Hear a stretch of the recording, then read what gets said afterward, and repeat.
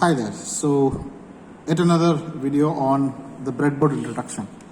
So, this is the commercially available laboratory breadboard. As you can see here, there are 1, 2, 3, 4 slots available for connecting and disconnecting components for any applications that you do in the lab. So, let us see the cross-sectional view of this particular breadboard so that the understanding becomes much better.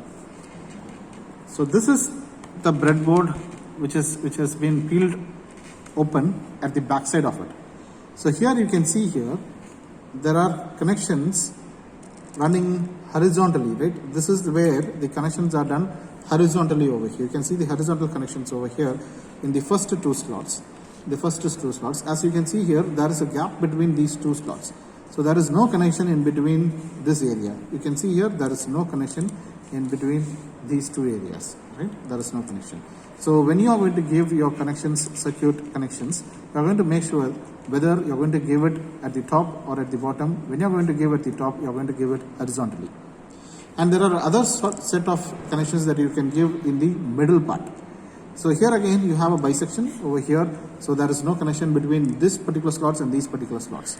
You can see in the cross-sectional view, there is a bisection over here. So you cannot have connections between these two. So these two are separate. And there is a big difference between the first and the bottom slot, the top and the bottom slot. You can see here, the connections at the top and the bottom are in horizontal, right? Are in horizontal. But this middle part, you have the connections vertically, and there is no connection between the first line and the second line of the vertical connections. So you're going to choose appropriately the connections that you're going to give in your circuit, whether the connections are open circuited or short circuited. You're going to choose according where you're going to give the components and take the output. Thank you.